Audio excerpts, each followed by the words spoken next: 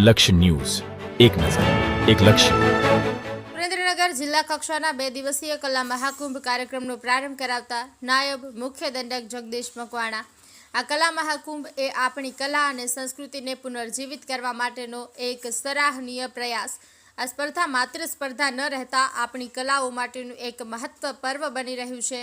સુરેન્દ્રનગર જિલ્લામાં પંડિત દીનદયાલ હોલ ખાતે આયોજિત 2 દિવસીય જિલ્લા કક્ષા કલા મહાકુંભ કાર્યક્રમનો પ્રારંભ નાયબ મુખ્ય દંડક જગદીશભાઈ મકવાણાના વરદ હસ્તે કરવામાં આવ્યો હતો.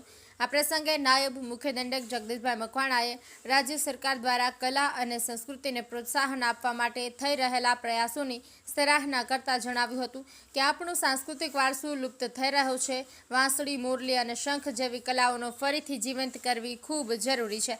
ગુજરાત સરકારના રમતગમત, યુવા અને સાંસ્કૃતિક પ્રવૃત્તિઓ વિભાગ દ્વારા આયોજિત આ કલા મહાકુંભ એ આપણી કલા અને સંસ્કૃતિને પુનર્જીવિત કરવા માટેનો એક સરાહનીય પ્રયાસ છે. વધુમાં યુવાઓ આ કલા મહાકુંભમાં ભાગ લઈ રહ્યા છે તે ખૂબ જ આનંદની વાત છે અને આ સ્પર્ધા માત્ર સ્પર્ધા ન રહેતા આપણી કલાઓ માટેનું એક મહાપર્વ બની રહેશે તેવો ભાવ વ્યક્ત કરી સૌ કલાકાર મિત્રો અને નિર્ણાયકોને અભિનંદન પાઠવી કલા ક્ષેત્રે ખૂબ પ્રગતિ કરવા શુભેચ્છાઓ પાઠવી હતી.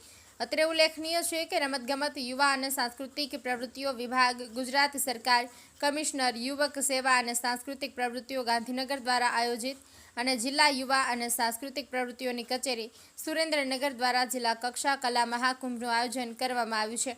આ પ્રસંગે MP Shah arts and science કોલેજના પ્રિન્સિપાલ, જિલ્લા યુવા વિકાસ અધિકારી ભરતસિંહ ગોહિલ, પ્રાંત યુવા વિકાસ અધિકારી મમતા પંડિત, પ્રકાશસિંહ ગોહિલ સહિત નિર્ણાયકો, શિક્ષકો અને કલાકારો ઉપસ્થિત રહ્યા હતા.